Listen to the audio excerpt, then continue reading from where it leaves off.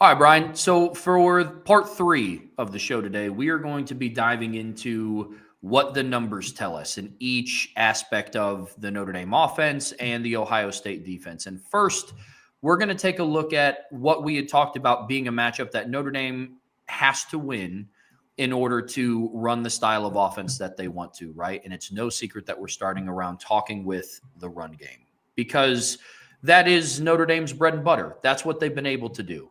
So you go through and you dive in and you look at their yards per game. They're 14th in the country. They average over 200 rushing yards per game.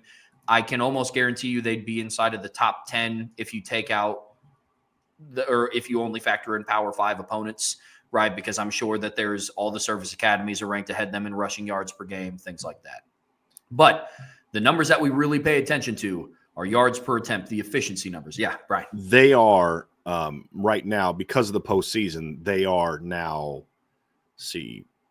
first, second, third, fourth, fifth in rushing yards per game amongst Power 5 teams. And it's UCF, Tennessee, Kansas State, and Kansas. Okay. But they were second going into the postseason. They've obviously played a little bit tougher competition the first 2 rounds, slightly than other people. Yes, yeah, pretty decent run defenses. Yeah, they are number 4 in rushing yards per game against Power 5 opponents. Okay. So it's people say, well, they average 202.8 yards per game against Power 5 opponents, and they're the number 2 offense in the country in yards per carry against Power 5 teams, just because I know that's where you're going to go next. Yep. Thank you, sir. So the numbers that we pay attention to are efficiency numbers, and they're 4th in the country right now in yards per attempt at 5.8. They have 44 rushing touchdowns on the season, which ranks them 3rd in all of college football. And we talked about how Notre Dame doesn't have as much of an explosive downfield passing offense. Where their explosive plays come from is the run game. And you see it there. Mm-hmm. They have 18 rushes of over 30 yards, which ranks them, once again, top 5 in the country at 4th. Tackles for loss allowed, they rank inside of the top 40. So it's decent, right? It could be better, but they've allowed 69 tackles for a loss for 230 yards. Brian, this is what the Notre Dame rush offense has been all year, man. And I will say in the postseason, it's slowed up a little bit. Mm-hmm. Because to your point, it's the level of competition went up. But in the moments where they needed to, where it doesn't look as sexy on the stat sheet, where you don't walk away from it saying, oh man, 200 yards per game, against the number 1 rushing defense in the country in round 1, you rush for a $190. It was somewhere over 190. It was somewhere in the 194 to 196 range. Might have been 196, I believe. But you go for a $196 in the first round. Second round against Georgia, another good 193. Run. 193. Mm-hmm. Okay, thank you. And in the second round, you go against Georgia. On paper, not a better run defense than Indiana's, right? But they were able to, bad matchup for Notre Dame up front. They shut down Jeremiah Love and Jadarian Price outside of a couple plays. But the catalyst there, once again, was Riley Leonard, who rushed for 80 yards on 14 carries for that game. Then you get to Penn State. Again, stat sheet doesn't look crazy awesome. They're not going for over 200 yards. But what they were able to do, they were able to rush for over 100 yards in just the second half alone. Once they started to turn it up a little bit, they did things different schematically. Personnel changed a little bit. So, Brian, this is what the Notre Dame rush offense is, and it's been slightly different from regular season to postseason. But in the moments where they've needed to, depending on who it is, different players have stepped up to make it effective. Well, I mean, that's what football is, right? I mean, you don't dominate in the postseason the same way you do statistically, but you still got to be good at it, right? I mean, they didn't rip up Indiana the same way they did some other opponents, but they still did what they needed to do in some key moments. Of course, they didn't run on Georgia, but like going to that game, I didn't say, hey, they got to get to 200 against Georgia, man. I said, well, they got to get to $150. First half against Penn State, the run game was terrible. They ran for 101 yards in the second half against the defense in Penn State that, I mean, gives up just over that for an entire game. I mean, Penn State's rush defense this season ranked the 9th in the country. They only give up 101.8 yards per game.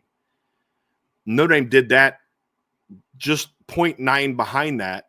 They were 101.88, so 101.9. They were 0.9 in the second half. They were 0.9 behind what they have done all year in the second half. So it's been a couple stretches where the run game couldn't get going. But for the most part, they've still been good when you consider what they're going against in the postseason. I mean, you look at what they've done in the postseason, Trev. They did it against the number 1, number 9 rush defenses of college football. Georgia's rush defense is 36. That's the bad one that you faced. And you've still done what you needed to do to win those games. And so that's your bread and butter. That's who you are. That's what got you here. And you're going against a team that statistically has been very, very good at shutting that down. And we'll dive into that a little bit too. But I just kind of feel like, Trevor, you need Riley Leonard to be able to run the football. I mean, you need Riley Leonard to throw the football if you're going to win this game. There's no doubt about it. But at the same time, it's like, if you're really going to win a championship, what got you here has to kind of get you there. I mean, it has to be on its game. It needs to be, you got to be good at it. I'm not saying you got to be lights out and you got to light the world on fire and run for 250 yards. If they run for 200 yards in this game, I feel like, okay, it's going to be hard to beat them. But you've got to be able to move the chains. You've got to be able to be good on first down. You've got to be able to, you know what I mean? It's those type of things that you're going to have to do. And if you can't run the ball, I think it is going to be hard to win this game because of your offense. You're going to need your defense to have a Herculean effort. You're going to have to find some ways to run the football against them. But as we've seen, and what I love about Notre Dame's rush defense, rush offenses, they've had to do this against some really good rush defenses. Notre Dame has played the number 1, the number 9, the number 16, the number 17 rushing, and the number 30 rush defenses in the country. They faced 5 rush defenses that rank in the top 30. Ohio State has faced 4 rushing offenses that have ranked in the top 30, right? So it's one more. It's close, but that's one more. And if you look at Notre Dame and you go to the top 50, 8 of Notre Dame's opponents ranked in the top 50 in rushing defense. Only 5 of Ohio State's opponents ranked in the top 50 in rushing offense. 2 of those were Marshall and Western Michigan. So, that factors, that context matters, is that Notre Dame is, not to say that Ohio State's numbers are inflated. They're not. Because they shut down some of those teams that were really good at running, like, Penn State, right, or Tennessee was a top 10 rushing offense this year, and they shut that offense down. I mean, they completely shut down their rush offense. Tennessee finished the year 9th.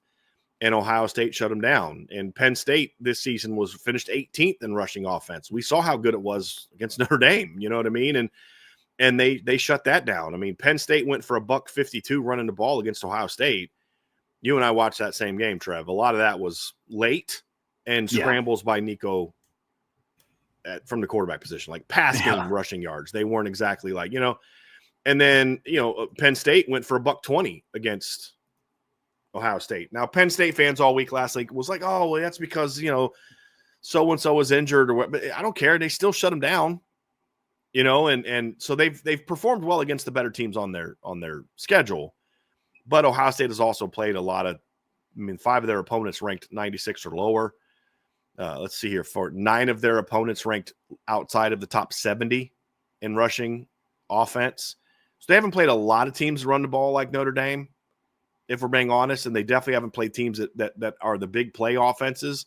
Penn State and Tennessee are more grinded out rushing offenses. Notre Dame's more of a big play rushing offense. Does that matter or not? I don't know. We're going to find out. But, it needs to be pointed out. We talked all year about how Tennessee always ranked ahead of Notre Dame in yards, but they did it on 100 more carries, because Notre Dame averaged such a higher yards per carry than Tennessee. And it's still true now. Tennessee ranks 9th in college football and at 5.03 yards per carry, but they're 9th at 225.9 yards per game. Notre Dame is 14th. They're at 5.8 yards per carry at 210.8 yards per game. So Notre Dame is now, 42 carries on the season below. If you put Notre Dame's obviously yards per carry on there and the same number of carries, they would rush for well over what Tennessee has. It's just a different type of offense. Dylan Thompson's a heck of a back. He's a very different running back from Jeremiah Love and Jadarian Price. Is that going to matter? I don't know. We're going to find out. But I think this matchup is definitely a good on good matchup. And Notre Dame is going to have to find a way to be successful to run the ball. And I don't care Trevor, if it's because they got a 98-yard run and not a whole lot else outside of that, I don't care. Just get the yards, get the scores. That's the key. And the run game's going to have to be a part of that.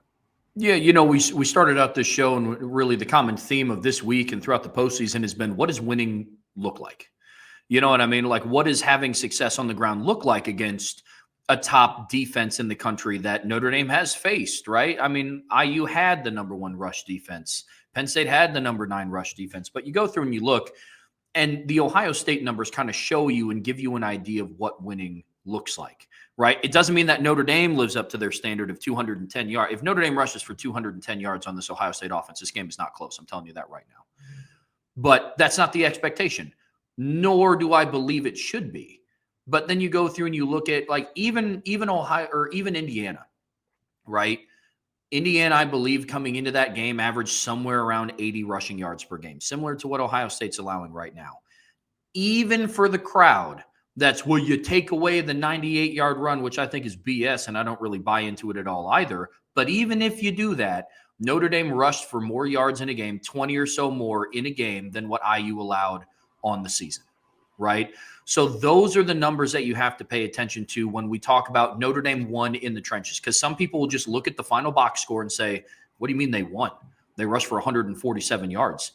That's correct, they did. That's 68 more rushing yards than what Ohio State allows for on the season, right? You start looking at their yards per attempt. They're second in the country at yards per attempt at 2.7. That's spectacular. It is. Like, there's no other way to explain that than spectacular. But with that being said, Notre Dame averages 5.8 yards on the ground. Winning for Notre Dame doesn't mean they go for 5.8 or 6 on the ground. But if they go for 4, 4.5, sure, it's under Notre Dame's average, but you're almost doubling what Ohio State is allowed on the ground. So that is kind of, to paint the picture for some people that might not understand, to me, that's what winning looks like in these matchups, right? Winning doesn't necessarily mean dominating. The common theme for us has been, talking about winning versus a Stanford versus a Virginia versus a Miami of Ohio is going to look different than winning against an IU, a Penn State, a Georgia, and Ohio State, right? So to help paint that picture, that's what that looks like, at least for me. Bryan, it sounds like you're in the same boat as well. It's like, that's kind of what winning looks like. You know what I mean? So you go through and you dive into the rest of their numbers, right? They don't allow a whole lot of rushing touchdowns. They rank top 10 in the country in that as well. They punked Texas into running that toss. Yeah, they did. They punked Texas into that because of how dominant they are in those goal line situations. They're very hard to run on in those situations. Extremely. Really good red zone defense, which I know we'll talk about later too. But they also, again, we said at the start of the show that they keep everything in front of them, right? And they don't allow a whole lot of big runs of 30 yards or more. Same thing with Ohio State's defense, man. Like, they've allowed 3 in 15 games. 15 games, they've allowed 3 runs of 30 yards or more. So that's going to be another matchup that I'm paying attention to if I'm a Notre Dame fan going into this game. Can Notre Dame rip off an explosive run? Will Ohio State be able to contain these backs? So a lot of questions swirling around, but folks, this is what Ohio State's done on defense this year in pertains to the run game. And with as much talk as there is about their secondary and Caleb Downs and Denzel Burke, this is the part of their defense that has not been talked about enough because it's been really, really good. Really it good. Is. And as I said, you put some context into who they played in this number, but they played the number 9 rushing team in the country in the first round of the playoff and basically shut them down. They played the number 18 rushing offense in the country in Penn State and held them to 130 some yards, 120 some yards. Let me pull it up. It was 120 yards. Marshall is the number 19 rushing team in the country. They held them to 125 yards. Iowa was the number 24 rushing team in the country. They held them to 116 yards. Western Michigan's the number 37 rushing team in the country. They held them to 28 yards. Indiana's the number 62 rushing offense in the country. They held them to 83 yards. Honestly, the only reason Indiana ranks that low is because they had to play both Notre Dame and Ohio State. Yeah. You know what I mean? Like, because Notre Dame held them to 63 yards and Ohio State held them to 83 yards. You take those 2 games out and Indiana ran the ball pretty well this year. You know what I mean? So that kind of factors into it as well, but that's what you need to do. And look, Notre Dame has gone over the opponent's average in both of all 3 games so far. The question is going to be how much further do they need to go beyond what Ohio State's giving up? So basically, Ohio State's giving up 90 yards a game against Indiana. And this is what their average is now, not what it was with before Notre Dame. I could factor it in the other way, but you see where I'm going with this. They had 113 more yards against Indiana than Indiana allowed all year. They had 24 more rushing yards against Georgia than Georgia had allowed all year on average. They had 15 more yards against Penn State than Penn State had allowed all season. Now, the asterisk there is if you look at what Notre Dame did in the second half, they almost got to that season average in the second half. They had 101 yards. So is 15 yards past Ohio State's 90 going to get it done? No. I don't know. I mean, can you beat Ohio State pass in front of 5? You can. It's just going to be incredibly hard. Yeah. I don't want to speak in absolutes because if you'd have told me they're going to beat Penn State and move the ball really well in the second half and Notre Dame's only going to rush for 117 yards, I'd have been like, I don't believe you. I don't know. I don't. Or I'm like, man, Riley's going to rip them up, right? I mean, yeah. I think you need to go more than the 24 you had against Georgia. I don't know that 114 yards is going to get the job done. I don't think you need to be 113 like you did against Indiana, although I wouldn't mind it.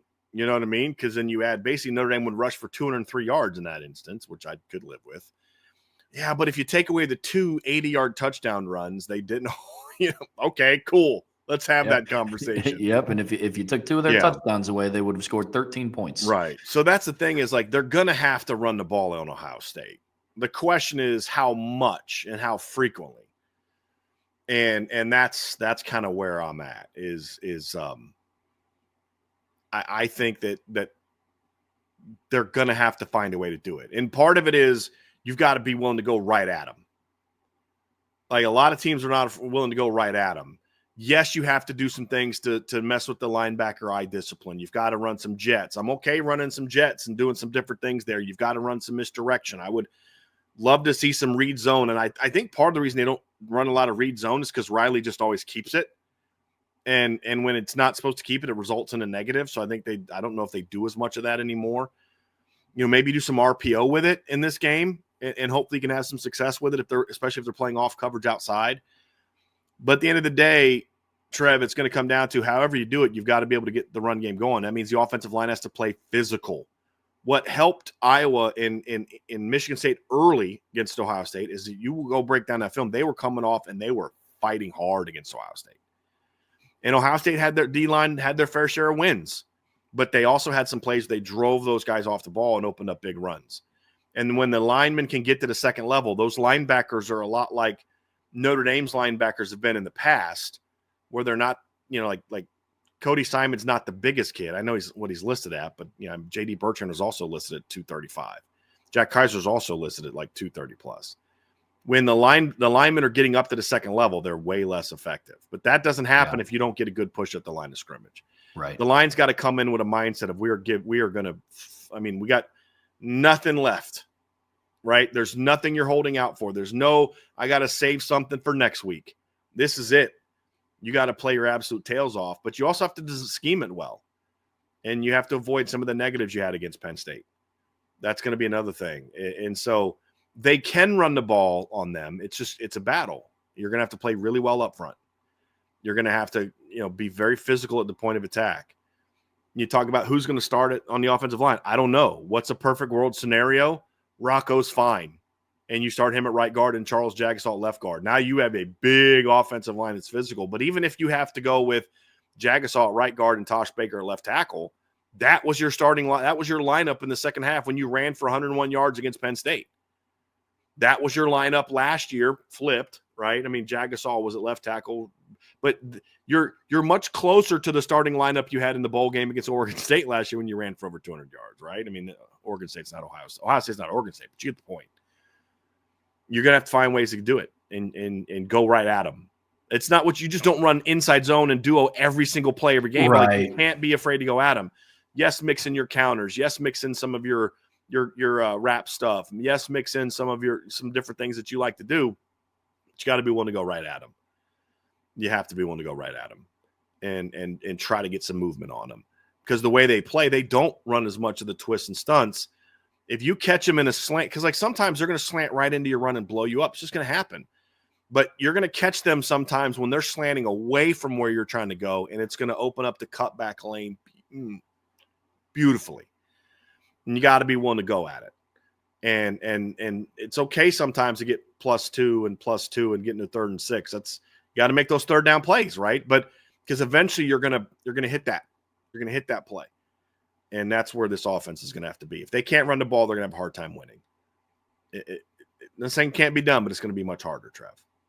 Yeah, significantly. Again, it's the common theme is it's what's got Notre Dame here, and it's what you do the best offensively. And when you're able to run the football, that is when they are at their best. Now, I will say the second facet of Notre Dame's offense, where they are going to have to win and they are going to have to take some shots, is in the passing game. And that matchup between the Notre Dame passing game and the Ohio State secondary, I think when you compare all of the matchups on paper, which is what we're doing right now, I do believe that this one is the most lopsided, right? Notre Dame's run defense versus Ohio State's run game, comparable. Notre Dame's pass game versus, Ohio State's pass game versus Notre Dame's pass defense, another best on best conversation. Notre Dame's run game versus Ohio State's run defense, another best on best scenario. This one, from a paper standpoint, is the one where Ohio State holds the clear advantage. And you can kind of dive in and take a look at the numbers for yourself. You know, Notre Dame ranks outside of the top 100 in college football in passing yards per game at 194.3. Now, sometimes, and I know we don't really pay attention to total output because you have to factor in short fields. You have to talk about their run game success. But in the key efficiency numbers that we look at, in yards per attempt and yards per completion, they don't rank that highly in that either. In yards per attempt, Notre Dame right now is at 7.1, which ranks them at 79th in the country. They are at 10.6 yards per completion, which ranks 119th in the country. And when you factor in the fact that there's only 134 teams in college football and 3 of those teams in the FBS, and when 3 of those teams are Army, Navy, and Air Force, that kind of makes that number look a little daunting, right? Their completion percentage, 13th in the country. So when they do decide to pass the ball, not decide to pass the ball, because Riley Leonard, I think there is this misconception that he passes the ball like 8 times a game, which is not the case. So he is an accurate passer, and he is having a more accurate second half of the season than he did the first. But completion percentage is up. They don't rank that high in passing touchdowns, right? 3 of those don't even belong to Riley. Riley Leonard has 19 passing touchdowns on the season, but as a team, they have 22, which ranks inside of the top 50, just barely. Interceptions, they are 32nd in the country. Pass efficiency, they're at 50th. Part of that, by the way, too, Trevor, is the fact that they've played 15 games. Yes. Yeah, absolutely. And then you go and dive into the pass efficiency numbers, which I know 50 is nothing to write home about. People aren't jumping out of their seats to see that they're at 50th. But considering at one point in the season they were 129th, that is a significant improvement to where they were at. Again, their explosive plays on offense all live in the, well, not all, but mostly live in the run game. You know, they're top 5 in explosive run plays, I believe, or up there. And in passing plays of 30 yards or more, they are 112th in the country because they have 12. One of them came against Penn State, right? So do with that number that you will. Sacks allowed based on the offensive line play throughout the season, just due to injuries and the inconsistent lineups. Argument could be made that if it wasn't for Riley Leonard, that number would be significantly higher than 23, right? But they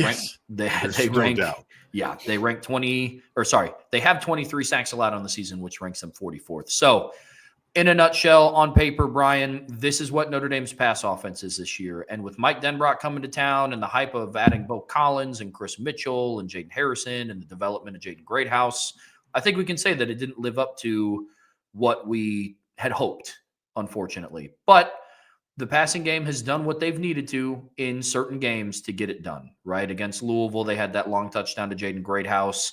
We all know what Jaden Greathouse did against Penn State, what Mitchell Evans and Aeneas Williams did against Penn State. So in the moments where they've needed to, they've stepped up and performed. But season review, man, this is where they're at, Bryan. What's interesting is this is the one where I think a lot more context is needed when looking at the Ohio State offense, because I think a case could be made. They did a great job against Indiana. Can't take that away.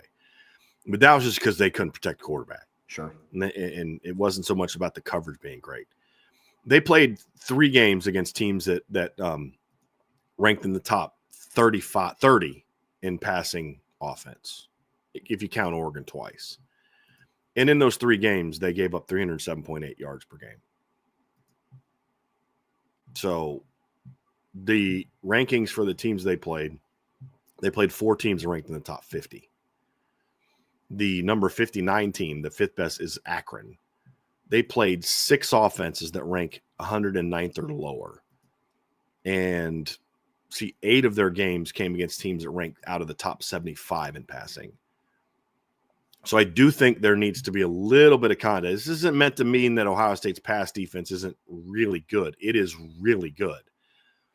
I'm simply pointing out that I do think that there is a level of they have benefited to some degree playing teams that aren't very good at throwing the football.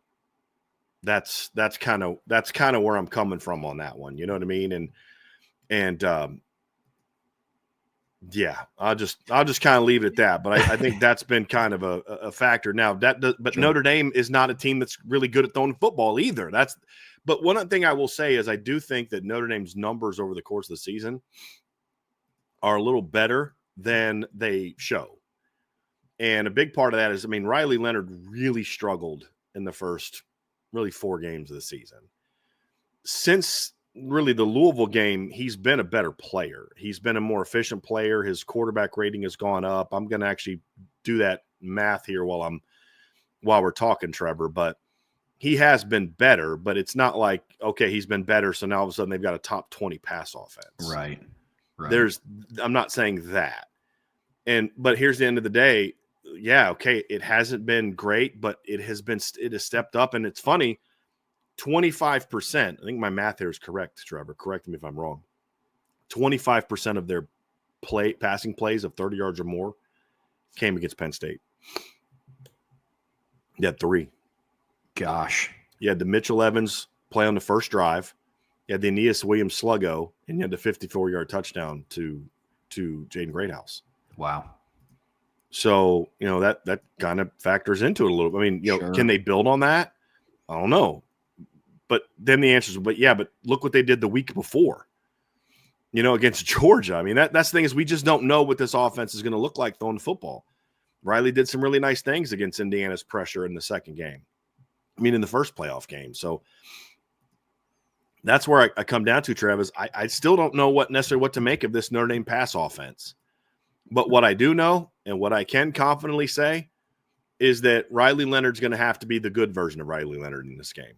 Yeah. Whatever you think about, what they are and then what the numbers are, I think we can all agree that when Riley Leonard's on, he can hurt you with his arm. We've seen it all year. It's just, will he do it? That's really kind of the question at this point in time is will he be able to do it? We're going to find that out, right? But he's going to need to be on his game. You're going to need like Navy version of Riley Leonard. You're going to need Army version of Riley Leonard. You're even going to, even if you get Virginia version, which he had some big time, had the one big time throw that was called back, but you're going to need, and not numbers wise, but just Riley came out in those games aggressive, accurate, throwing on time. That's what we're referring to. Not like you got to produce against them the way you produce Armies. It's not about the opponent. It's about Riley. It's about what version of Riley Leonard we saw. When you think about how he was in the second half against USC and some of the big throws he made against USC. That's what I'm referring to. You're going to need that version. You're going to need the Penn State version of Riley that's aggressive, that's not afraid of making a mistake, that's going to go out there and make some big-time throws. You can't get the Georgia version of Riley that just is just unwilling to throw the football. And that's kind of where I'm coming from. But at the end of the day, even if you get that, they're going to need the pass catchers to be better. And the good news is I actually do think the pass catchers have played better recently. Yeah. I think they played well against Indiana. I think they played well against Georgia when given the opportunity. And I think they played very well against Penn State. Yeah. Now, I know Greg McElroy just thinks the DB fell on a blade of grass I love Greg Mack. He's one of the few ESPN people I really like. As I've said before, he just had some takeaways. He's much better on his podcast than he is as a commentator, because I think in the commentator he just gives too much of the ESPN crap. And that was a great play by Jaden Greathouse. He crossovered that guy. Yeah. Aeneas Williams was a great play call, great execution.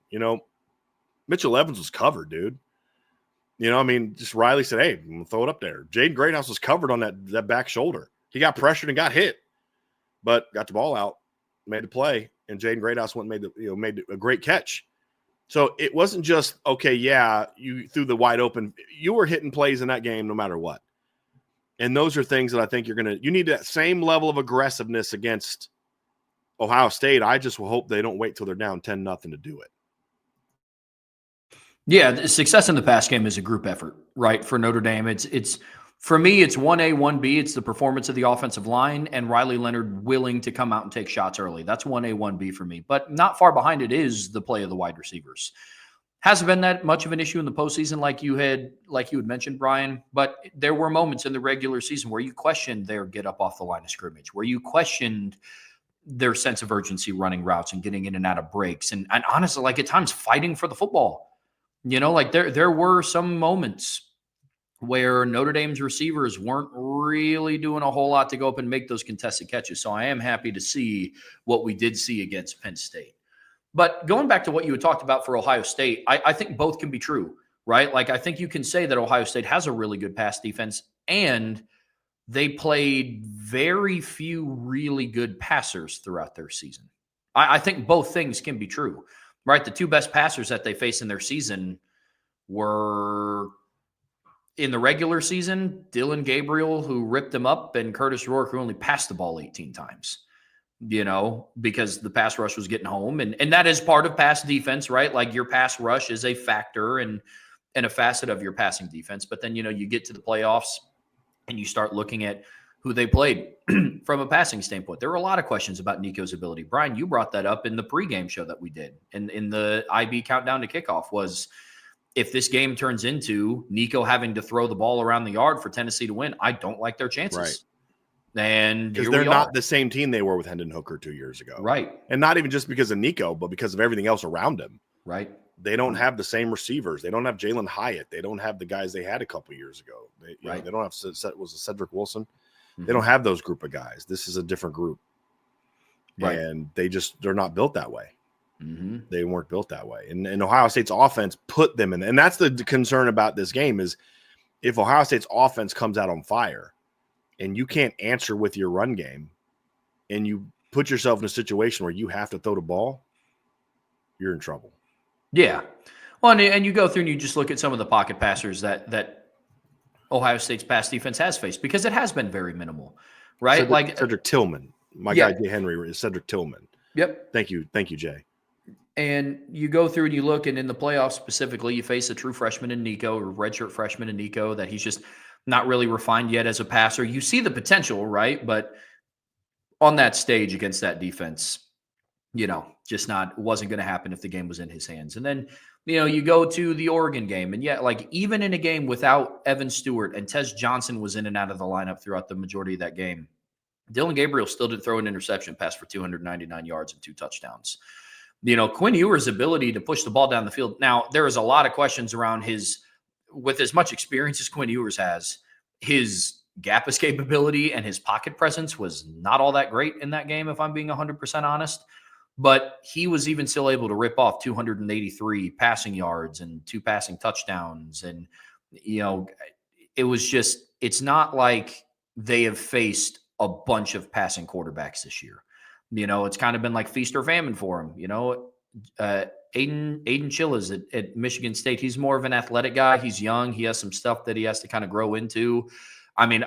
Riley Leonard is a much better quarterback than Davis Warren. You know what I mean? From a passing and rushing standpoint, rushing obviously, but from a passing standpoint too. So I think you do have to look at Ohio State's pass defense numbers with a little bit of context.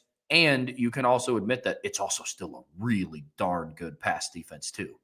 Right. So I'm with you, man. I think both things can definitely be true. And then also, it's like you can still be a really good group and another team matches up well against you. Totally. And that's where I think that I do have some sliver of hope that Notre Dame can throw the football against Ohio State, because if you're a team that relies on like big physical outside receivers against this secondary, you're in trouble, because Denzel Burke and Davidson and McNosen, that's their bread and butter, right? That's what they do, right? So hold on a second. You think of if you had if your offense was completely built around Bo Collins and Jaden Thomas outside, I'm not as feeling good about it, because that's not where you want to be going at them, is all day outside. That doesn't mean you don't go at them. I'm just saying if that's all you're going to win or lose based on that matchup, that's not where you want to be. Yeah. Where you can have some success against them is tight end production, slot production, backs out of the backfield, those type of things.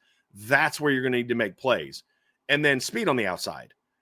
And do they have the speed on the outside? No, they got some quickness, right? But that's just not where Notre Dame is good.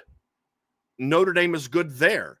Where you can beat them outside is with speed. That's where teams beat them out. Matthew Golden running by guys. Tez Johnson and Evan Stewart running by guys. That's not who Notre Dame is. Now, if Notre Dame had Will Fuller, then I'd say, hey, man, drop back and throw bombs. Put Will Fuller on Denzel Burke all game. But that's not who Notre Dame is. And where I think they're vulnerable, in my opinion, as far as the consistency, moving the chains and going at them, is being able to attack Sonny Styles with the throwing game. Being able to go at Lathan Ransom with the throwing game. Because you know what that does? If he has to cover, he's not coming downhill. Right? That's what I'm talking about. Getting Sonny Styles. I mean, if they're bringing pressure and you're beating them with crossing routes like you did last year, they got to back off that pressure. That's what I'm saying. And Notre Dame has the potential to hurt them there. Not a lot of teams do. And that's why I think that's an area where you're going to have some success. Now, that's not easy, because we're talking about an elite defense. Right. It requires you to play really good football. What I'm saying, however, is you have the personnel with Mitchell Evans and Eli Raridan and Jaden Greathouse and Jordan Faison and Jaden Harrison and your running backs to have some success there. That's where I'm coming from. And that's why I think that's where I'm nervous about this matchup. Very much so, Trevor, because I think Ohio State can lock Notre Dame's pass offense down. I do think they can. Yeah. But I do have some optimism that there's a road for Notre Dame to be able to throw the ball in this game. Those guys are going to have to play really well, though. Because why did the stuff to Mitchell Evans work last year? Because he made a couple like just insane catches, just like he did against Penn State, just like Jane Gray. That's what you have to do against great defenses. It's not going to be, you're not going to beat these guys by 4 or 5 yards like you did Army and, but there are places to go. And then with the outside stuff, I think that's where you can get a lot of chain moving throws we haven't seen them get in the postseason. If they're playing off, they'll give you a post out. They'll give you a comeback. They'll give you a speed out. They'll give you some of those throws. Take them in early downs. Take them. Those are hey, you got 7 on 1st and 10. Cool. But the big plays, the plays where they're going to really need to take advantage, I think those things are happening against their linebackers and their safeties. And they can have success there. They can do it. And they're one of the few teams that has the personnel there to do it. And we're going to see if they can do it. I mean, because like you look at the Texas game, I mean, that's a big part of how Texas got them. Yeah. Was getting them out of the backfield. Yeah. They're shots out of the backfield. They're tight end and they're running backs. I mean, that's something that they did very well against Ohio State and Notre Dame. You see, because sometimes, Trevor, you look at a game, you're like, yeah, I can't replicate that. I don't have that. Like, I can watch the Oregon game all you want and be like, dude, man, they can't cover guys like Tez Johnson and Evan Stewart. You going to incorporate that in your play calling? No, because we don't have Tez Johnson and Evan Stewart. It's not replicable against Notre Dame. They don't have those players. But when I watch what Texas did, when I watch what Michigan State did in the first half, I'm like, hey, they can do that. And Notre Dame has better players than some of those teams. So that's kind of where I look at it. Who was making the plays against Penn State? With all due respect to the outside receivers, it was Mitchell Evans, it was Jaden Greathouse, and it was Aeneas Williams. right? Like that's where Notre Dame is impactful there. And then let Jaden Thomas and Bo Collins have the chain moving plays. Hit that out cut against. I mean, if they're going to play cover 3 or even off man where Denzel's opening up with his butt to the sideline, which he'll do at times, bang that 10-yard out cut, bang that 5-yard out cut, and just steal 6-7 yards on those instances. And so there's things you can do there, but you've got to be willing to go at their linebackers and safeties. And far too many teams have been unwilling to do that. That doesn't mean, like somebody said earlier, you're going to pick on Caleb Downs. That's the stupidest thing I've ever heard of. It's not that. It's looking for matchups, going at guys that can be beat, but then using some of the things that those guys do well against them, which is come downhill. Use that against them. If you can do that, then you can find some chunk plays. And that's what the pass game needs to be. It's not that they're going to go 31 of 45, 355 yards. It could only be $190, but they're big plays. I mean, I'd like to get over 200 and not because you're trailing, but it needs to be those big plays. I mean, against Penn State, what did Notre Dame throw for against Penn State? Riley went for 223. Yeah. I mean, but 300, almost half those yards came on, actually over half those yards, about half those yards came on 3 catches. I can live with that. The rest were chain movers. I can live with that. But you got to be able to find those opportunities against their secondary, which is very good. It's going to require, hey, man, it's one-on-one. I got to give my guy a shot. Give him a shot in a place where it's not going to get picked. Be smart about it, but got to give my guy a shot. Got to give my guy a shot. And if you can make those plays, then you're going to be good. 100%. 100%. There's a big difference between be willing to attack and picking on somebody, right? Like picking on somebody's like what teams try to do to Leonard Moore at the start of the season, the second Ben Morrison went out. It's like, hey, there's a true freshman in. We're going after that guy. Then you learn the hard way. But where offenses become dormant against Ohio State is when they're not willing to attack the middle of the field because they have a 6'4" linebacker and Caleb Downs kind of roaming the back end of the defense, right? Like it's just – I'm with you, man. I watched the Oregon film against Ohio State with a grain of salt because it's like, yeah, it's cool to say, but Notre Dame doesn't have the speed at receiver that Tej Johnson. The one guy that could potentially have that speed, they just don't use because that's just not who they are. So, it is what it is, right? But I'm with you. I'm absolutely with you. One of the final things that we're going to kind of dive into is just looking at the offense and defense comparison overarching. Right. And we're going to kind of compare where Notre Dame's offense is as a whole in comparison to where Ohio State's defense is as a whole. And to the surprise of what many people believe, Notre Dame is top 10 in the country in points per game. They rank number 6 in the country in points per game. You talk about their overall efficiency as an offense and yards per play. And they rank inside of the top 25. They're 6.4 yards per play. Now, I like to look at these numbers a lot from a situational standpoint. Bryan, when I go through and look at this, because like total yards per game, we kind of have that conversation every week of, look, if Notre Dame's defense, I don't know, let's say is number 1 in the country in turnovers, which they are, you're going to have some shorter fields more times than not, right? So you go and you start looking at where they are efficiency-wise. And third down. Now, that has been a sore spot for Notre Dame's offense all year, but then in the biggest game that they had played in the Orange Bowl, they go, 11 for 17? Had their best offensive performance on third down in the biggest game of the season, right, to advance them to the national championship. As a whole, they don't really turn the ball over that much. The fumbling issues have gone away. I believe like that was a big issue like earlier in the season. Like they were losing some fumbles on special teams. Shadarian Price had that fumble on offense against Louisville. Riley Leonard had that one against Miami of Ohio. So those issues have been cleaned up. Interceptions, they're going to happen. They have 15 turnovers on offense on the year. 2 of those came against Penn State. He threw an interception against IU. So the turnover number as well, you kind of have to factor into the fact that they have played 15 games, So that is a piece of it. And then you go and look at what Notre Dame's offense has done in the red zone. Scoring percentage-wise, they're down. They're at 82.8. They rank 79th in the country. Some of that is because a lot of the kicking woes that they had to middle to the end of the season before Mitch Jeter was able to get right. Mitch Jeter got right. red zone offense looks significantly better. Their ability to put points on the board looks significantly better. And part of that factored into it is the fact that their touchdown percentage is decent. They rank inside of the top 20 in the country. And when they do get inside of the 20, they've scored 42 touchdowns on offense. Another small factor too, Brian, we've talked about this before, with their red zone offense, they've ended a couple of games taking knees inside of the red zone as well, which the way that college football tracks their stats, that counts as a red zone possession, which is frustrating. There's a lot of things that frustrate me about that. I mean, yeah, a big part of that too, Trevor, is the fact that they went through that little stretch where they couldn't make a field goal. Yeah. I mean, that crushed them. They're a top 15 red zone offense. Yeah. Just throw the numbers out. Like, because you mentioned there's like, 5 drives in 5 different games where, including, I think, 2 playoff games where Notre Dame's taken a knee. Against Indiana, I believe they had the ball. No. Georgia, I think. Georgia. Yeah. And there's not Virginia game.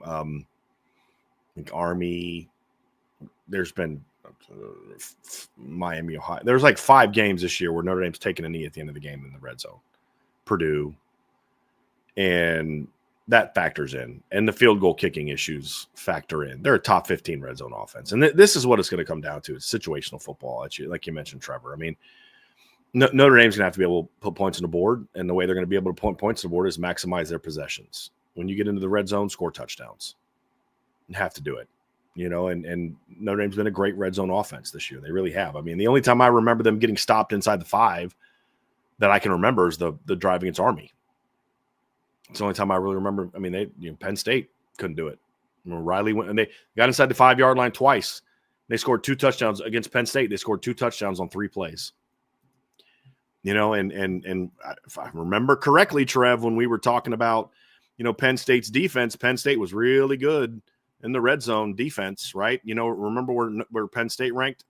Who's the number 2 red zone touchdown defense in college football? It's Ohio State. Do y'all know who the number 1 red zone touchdown team in college football is?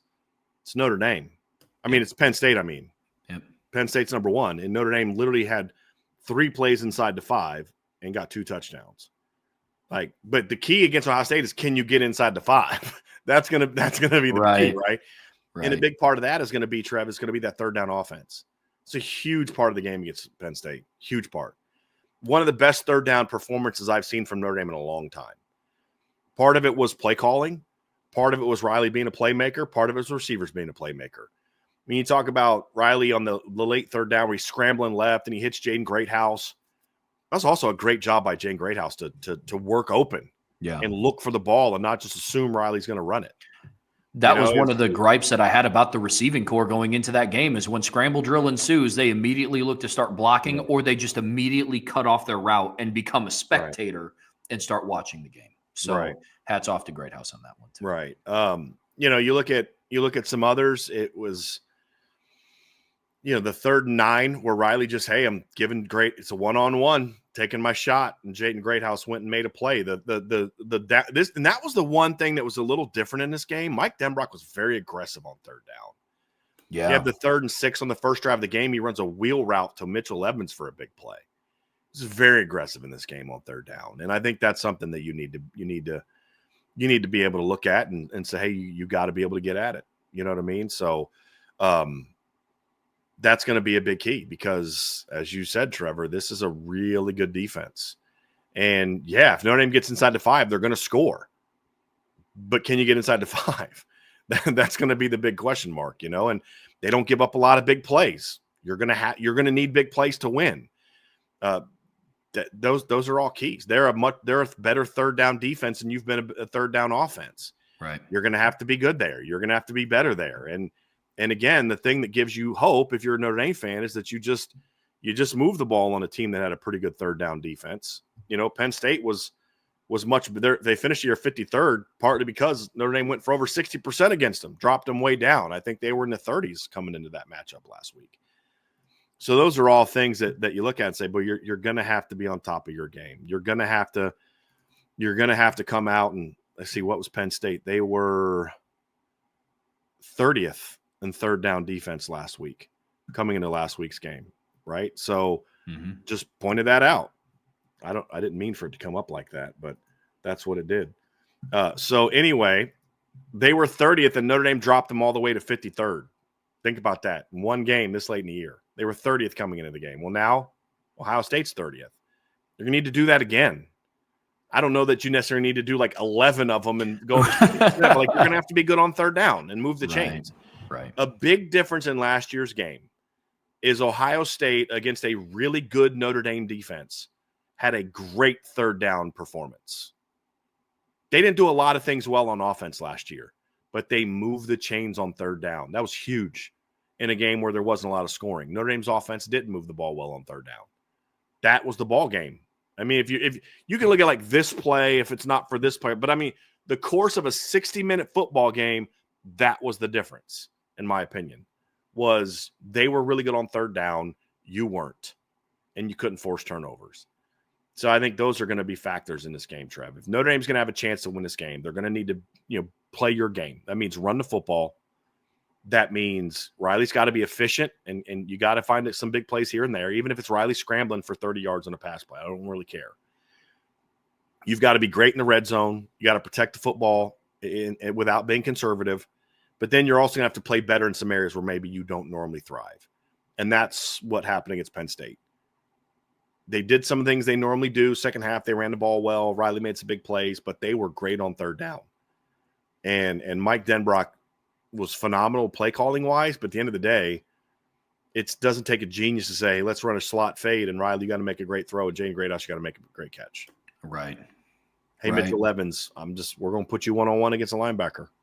You got to go make a play. And you did.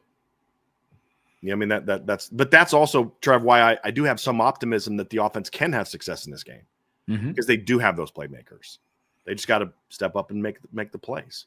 Yeah, man. I mean, to put some numbers behind what you were talking about in last year's game for Ohio State, that situational football that we were talking about, Ohio State won in those areas. Nobody turned the football over in that game, so it was a clean game, so we can call that a wash. But Ohio State to Notre Dame last year is what Notre Dame did to Penn State this year on third down. Ohio State went 10 of 17 on third down. Notre Dame went 11 of 17 against Penn State. Yep. Ohio State went 1 of 3 on fourth down. Notre Dame went 0 for 2.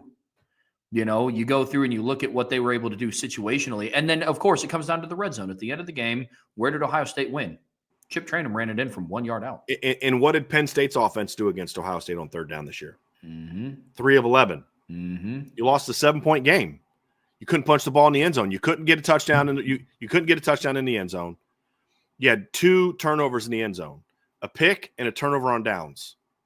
2 times you got the ball inside the 10 and couldn't get points, and you couldn't convert change. You couldn't keep drives going because you couldn't be successful on third down.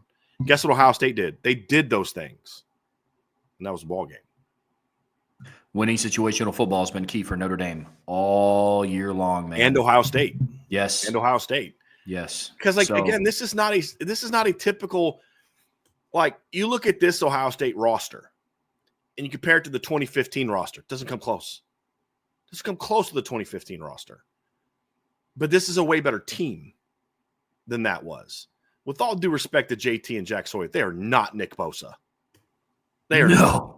This linebacking core is not Darren Hall and Josh Perry. And I'm trying to remember the name of the middle linebacker they had that year that was really good. He was Curtis Grant. And then they also had Raekwon McMillan coming off the bench. All 4 of their starting DBs were first or second round draft picks. This team is not that team. Taylor Decker was their left tackle. They had Ezekiel Elliott at running back. Michael Thomas at wide receiver. Yes.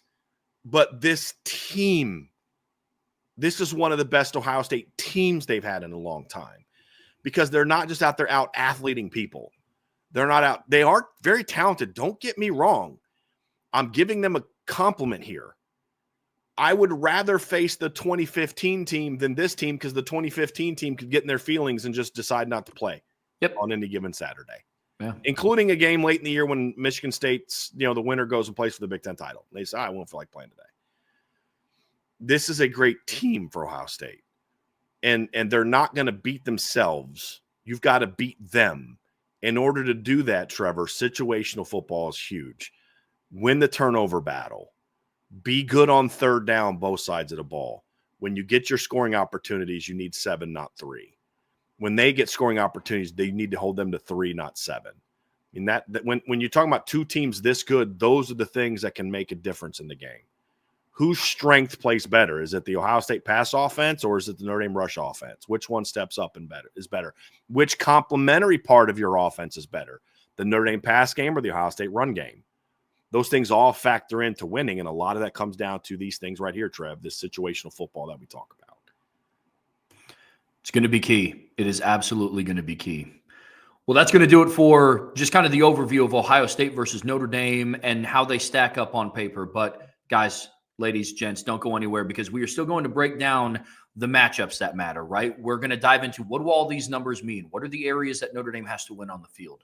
But listen, before we get there, you guys know what to do. Hit that like button, hit that subscribe button, hit that notification bell, share this podcast with your friends and family, and whatever platform you watch us on, whether it's Spotify podcast, Apple Podcasts.